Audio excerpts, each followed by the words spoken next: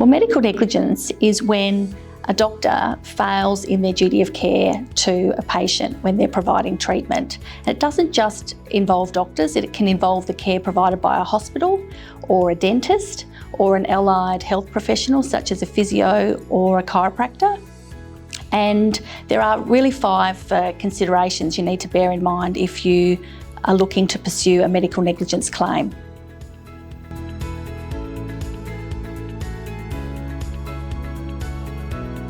If you're thinking about pursuing a medical negligence claim, the first thing you need to do is obtain legal advice early. Legal advice from an experienced medical negligence lawyer. Most firms practicing in medical negligence will offer a first free interview, so there's really no reason you can't seek legal advice. That first free interview will enable the lawyer to listen to what's happened and make an assessment about the likelihood of being able to pursue a medical negligence claim. And then you can make an informed decision about whether or not you pursue the claim. It's very important to get advice early because there are time limits that apply. For adults, it's generally 3 years with limited opportunities for an extension of time. So it's very, very important that you seek that advice as early as possible.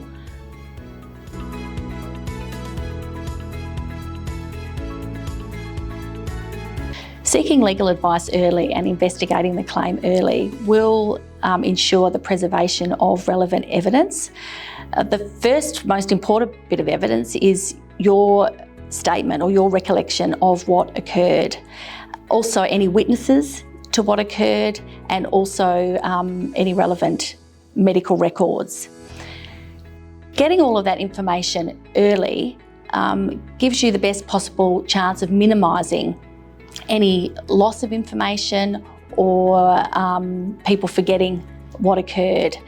Also, engaging a lawyer early will enable the lawyer to preserve the evidence for you and ensure that any relevant time limits are met.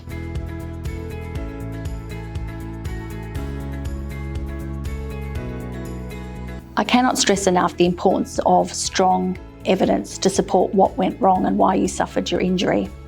The best evidence of the doctor-patient relationship and what actually occurred is documentary evidence. And that is why the first thing that occurs is all records are obtained from any relevant medical provider in relation to what happened.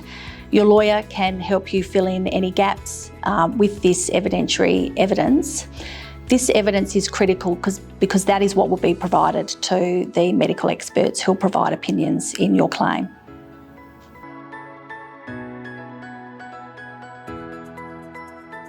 When you're pursuing a medical negligence claim, it is helpful if there is consistency between what you say as an injured person and the medical records. The best guarantee of that consistency is documenting what you say occurred at a very early stage. This will ensure that that consistency is maintained throughout the claim. The most powerful evidence is when you as an injured person, recollection of what occurred is consistent with the medical records.